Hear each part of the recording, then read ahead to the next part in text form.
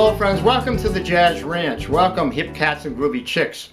You know, it's winter time here. The horses are not hibernating, but the alter dominant man, he's hibernating in the Bahamas. He went down there for a convention of alter egos. So he's having a good time and we don't miss him. Anyway, I'm glad you're with me, and this evening I'm talking about composing for beginners. And you know, when I was young, I started to compose music on the piano. I started to hear songs in my head and I started to write them. And I aspired to be a composer, but as it turned out, I ended up being a banker and then switched. I was not happy, so I switched to music later on and went out to the West Coast, came back and I studied music and then got into the jazz field, you know, which was not lucrative. And but I always aspired to be a composer. I tried that out. It never came into fruition for me until 2005 when I was commissioned to write music for a tercentennial of my hometown. I wrote for a play and for the celebration of that, and it was commissioned by the Historical Society, and it's called Little Town by the Sea. And I wrote a song called Point of Land, which I'm going to play for you later on in this video. But you know, one of the great composers in America is composer-songwriters is James Taylor, and I read his book recently, his new book called Break Shot. Now I listened to it on tape while walking, which is a great way to do it. And he had a lot of struggles in his early part of his life, his teen years. His family fell apart. He ended up in an institution. There was drug and alcohol problems in his life, which you cannot believe that of a person so successful as him, but this is true. I had a lot of struggles myself, trying to find out who I was and what my destiny was in life, and you may understand that. But I have a quote from his book, and you should read it. He said this, he said, "I think of myself as a jealous agnostic. I don't really believe, but I envy those who do. Religion helps those who do as a collective humanity. It moves us away from our prison of our isolated self, our tooth and claw." And he said there's a spiritual dimension to music that has nothing to do with the lyrics. Songs have a healing power. Songs help people celebrate. Songs let people commiserate. A lot of my own work has been therapeutic. It's a lucky accident that those songs have reached other people and let them know they're not alone. Think about that song Fire and Rain, which he wrote. Check out those lyrics and that song. So now I'm going to give you my ideas about composing. It's for beginners. It has theory, how to start out writing your own music. Here we go. So now I want to start out by taking the perspective of beginning composition. So, you know, you have to know the rules that apply to harmony and melody. So I'm going to start out with harmony because that's the most important one, I think, theoretically, because it has to deal with what is the underlying foundation. In other words, you're not going to build a house without a foundation. You know, you start with the foundation, then you add on the walls and, you know, the windows and the doors and everything else. So the foundation is built on mostly the major scale, and I'm going to use the C major scale just because it's the easiest one to explain. In other words, you can start creating melodies very quickly using just these white notes. But you have to know certain rules, and that you're going to be using that scale. And if I play that scale in terms of a C chord, I play a C down here, but I could also play in sevenths or sixths. That'd be a C6. It add a 6 in jazz. We usually add the 6, or we usually add the major 7th. You know, so there's the major chord. If you want the dominant, then you're going to flat the 7. If you want the minor 7, you're going to flat the 3. But anyway, we're going to start out with just the major chord. And so there's the scale. Now, important thing is you have to understand first is that there are chord tones and there are passing tones. So All melodies are comprised of chord tones and passing tones. Now, the chord tones, I also call them the target tones. In other words, the target tones are tones you want to land on. And you want to land on them on important beats, like 1 and 3. So, 1, 2, 3. You don't want to have a chord tone. Now, I'm creating rules that are just basic. You can break them later on, but anyway. So, if we look at the scale, we'd have, for C, we would have chord tone, passing tone, right? Doesn't fit the chord, right? That sounds correct in the chord. That's a chord tone. Now, that one doesn't sound correct in the chord. That's the passing tone. Chord tone, that's the 5. And the 6 could be a chord tone, but we're going to call it a passing tone. For playing a major 7, we're going to call that a chord tone. If we're playing something else, it could be a passing tone. So you see, they usually alternate, and it doesn't matter how what chord you're playing. And the 1 chord, if we're playing the scale tone 7ths, they're going to go like this: 1, 2, 3, 4, 5, 6, 7. Okay, so the C major 7, D minor 7, E minor 7, F major 7, G dominant 7th, A minor 7, B half diminished, C major 7. In other words, I'm creating 7th chords building in thirds.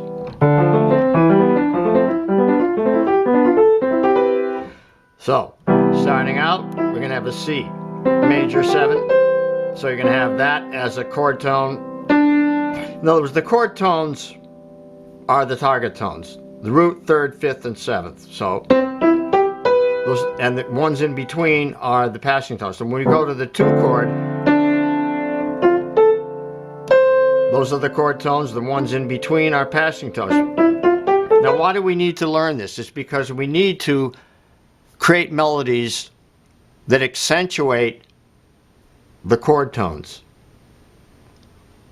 but strengthen them or give them significance or importance by the passing tones. You can't just have all chord tones. You can't create a melody like this.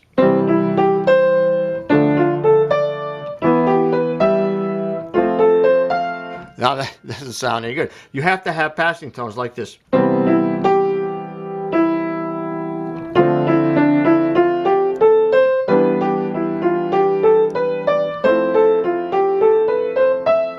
You see what I'm saying? In other words, you need to have those passing tones in there between the chord tones so that you have a melodic line.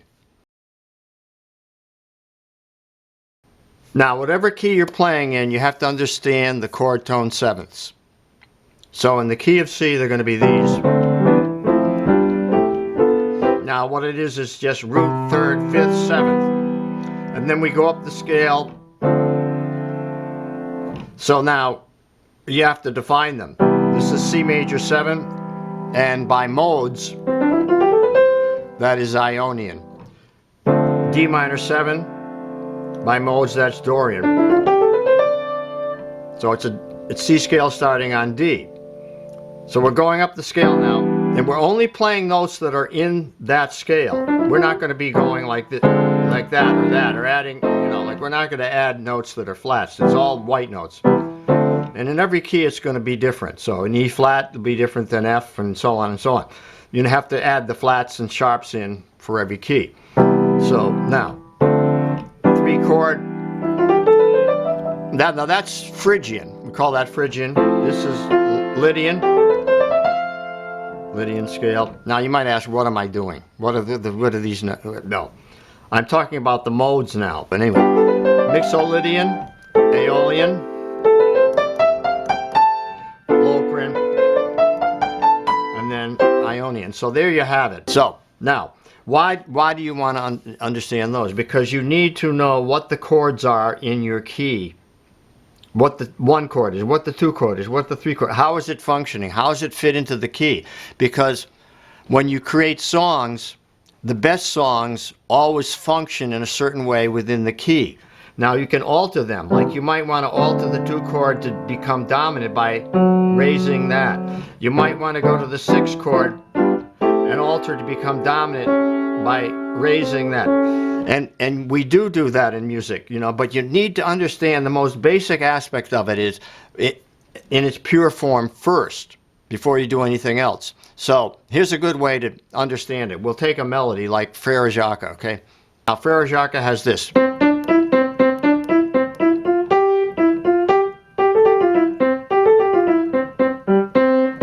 Now what is that? Well, talking about target tones or chord tones, I'm just going to talk about it in terms of just the C chord.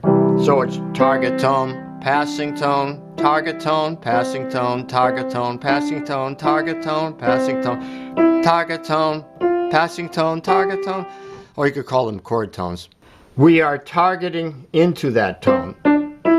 That becomes the target. We want to target it. We want to move from there to there. That is our target tone. And this is the way we get to it, through the passing tones. So it becomes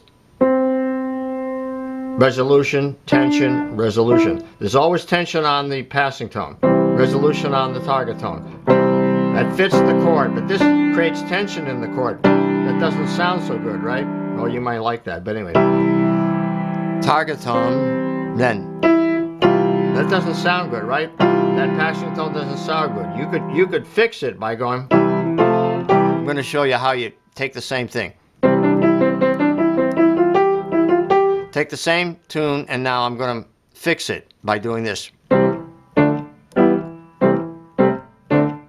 going to change the chord so it fits it becomes a target tone rather than a passing tone, like this. C6, D minor, E minor, C6, C, D minor, E minor, C6, C, D minor, E minor 7, C major 7, D minor 7. See what I'm doing? And then this. In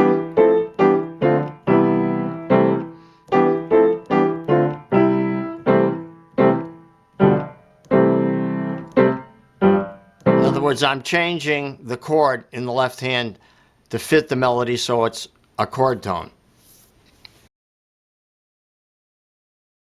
So now I'm going to take one of the simplest chord progressions and we're going to work from that to create a melody. So it's going to be the 1-6-2-5. Now 1-6-2-5, you can play it in any key you want, but I'm going to start with the key of C. So 1-6, so 1, 2, 3, 4, 5, 6. So 1 is C major 7, 6 is A minor 7. 2 is D minor 7, and 5 is G7. So we're gonna, that's it. 1, 2, 1, 6, 2, 5, 1. Now we're not gonna play them like that, jumping all around. We're gonna invert them. So I'm gonna play the C major there, or the C6. I'm gonna play the A minor inverted like this. The second inversion, I'm going to play the D minor in root position, then I'm going to play the G7 inverted up, 2 inversions. So that way I keep right in close here. A nice economy of motion using inversions for that chord progression. So now I'm going to take a song like that's already been written, Heart and Soul by Hoagy Carmichael, and show you how it works with that chord progression.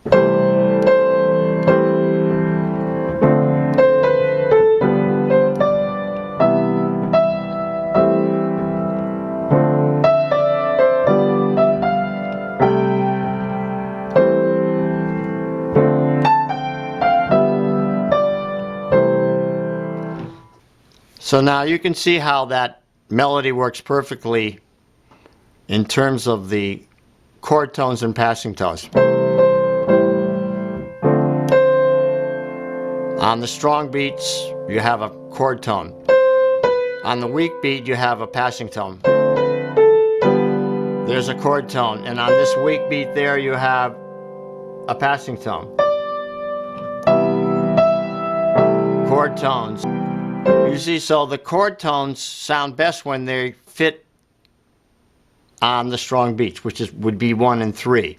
Or if you're playing eighth notes, it would be the first note of the eighth note rather than the second note of the eighth note. Now on the previous song we had 2 beats per chord. In other words, 1 1, 2, 3, 4, 1, 2. Now we're going to use one chord per measure. And we're going to do the song called The Way You Look Tonight. Now, 1, 2, 3, 4, 1, 2, A minor, 7, 1, 2, 3, 4. 2 chord, 5 chord. Now here we're going to substitute the 1 chord with the 3 chord. Now the 6 chord is going to get altered to become dominant, and then the 2 chord. Now the 1 chord is going to get altered to become dominant. And we have the 4 chord, the 3 chord. That's a very simple tune, but you can see how it works within that structure of the 1-6-2-5. There are hundreds of songs that fit into the structure of the 1-6-2-5, either starting out or somewhere in the bridge. Now, in this song, we go and we do the 1-6-2-5. In other words, on the bridge, we're still doing 1-6-2-5, but in a different key. So usually something new comes into the bridge, like on Heart and Soul, it goes to the 4 chord. So you don't want to just do 1-6-2-5 through the whole tune. You're going to have something change in the bridge. On most songs, something is going to change in the middle of the song for variation. Then you go back to the original chord structure of the 1-6-2-5. But you want to learn how to write music or compose your own songs using a very simple chord progression. So the 1-6-2-5 is a good way to start. So now exercise 1 is just taking the basic 1-6-2-5 progression and putting a melody to it using just white notes. That's what you want to start with. You want to master that, and you want to do that over and over again until you get something good. Now, what about melody? Now, the thing is, I'm going to give you a melody, and what makes a melody good is that you create something that's an idea, sort of like a motive. We call it motif, which is the case of Heart and Soul. You see, it has that motive in there. So I'm going to show you the one that I created, and that's something you want to strive to do as well. Now, here's my melody, and you want to listen to this as a conversation. In other words, one thought leads to the next. This sort of idea, like we woke up in the morning, we decided to go to the store, we went to the store, we bought the items we needed, we thanked the grocer, we left, and we walked home, and we got home in time to watch television. In other words, each segment leads to the next in a logical way. So I had this. Repeating that line. New line. Repeating, complementing that line. Then up to this.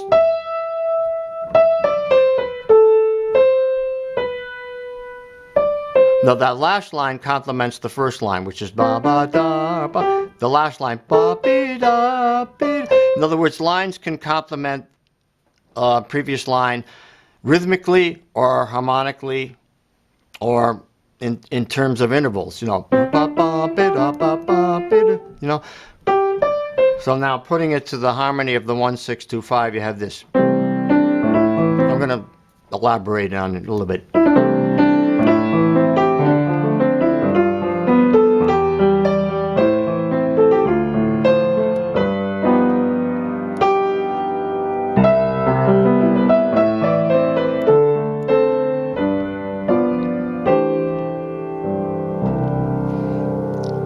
Now, next I'm going to do something where I'm going to alter some of the chords.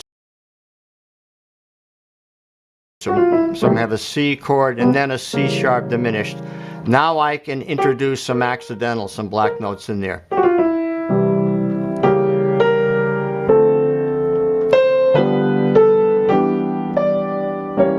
There's an alteration there.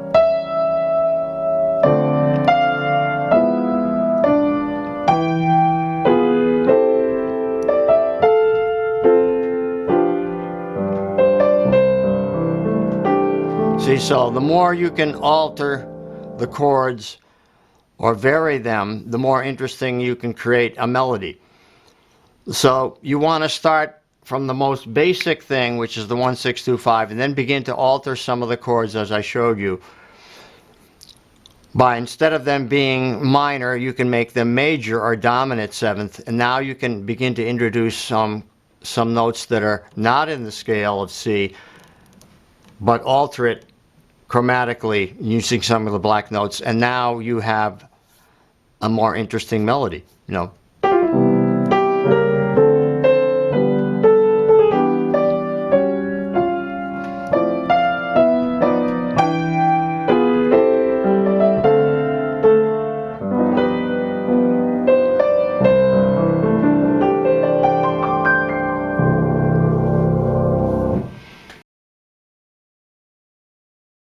I want to give you a song that I wrote, the song that I composed for my album, Little Town by the Sea.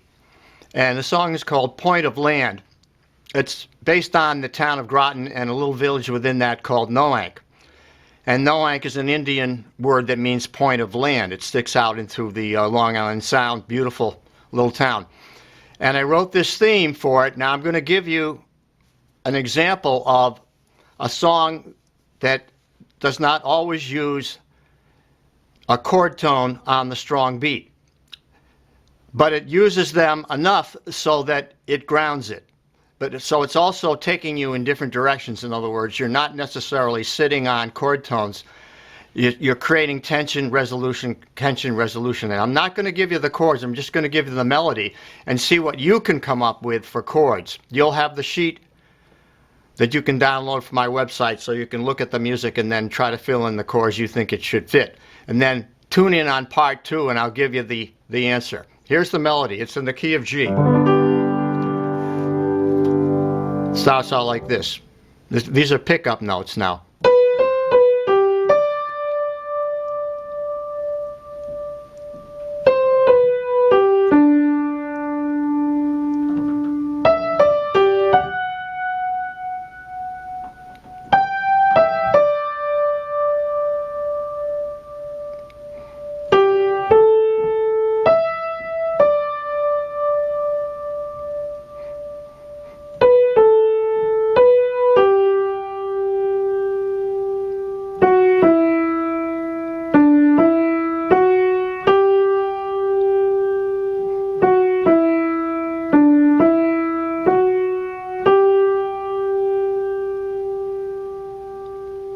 Now it sounds very simple, rooted in G. Like you could play almost a G chord or maybe 2 chords throughout the whole song.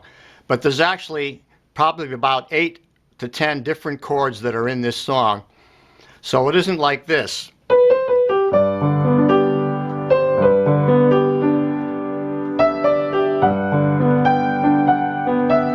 You see, it's a little more complex than that. So see what you can come up with, and send it to me, and we'll have a conversation. So thanks so much for tuning in, and we'll wrap up. Here's a look into my book, and book 1 is really geared towards beginners, beginner jazz students, and it covers all the things you need to know, like the chromatic scale, how to use it in phrases, the major scale, major diatonic scale. I try to make it practical to show you how it's used in tunes.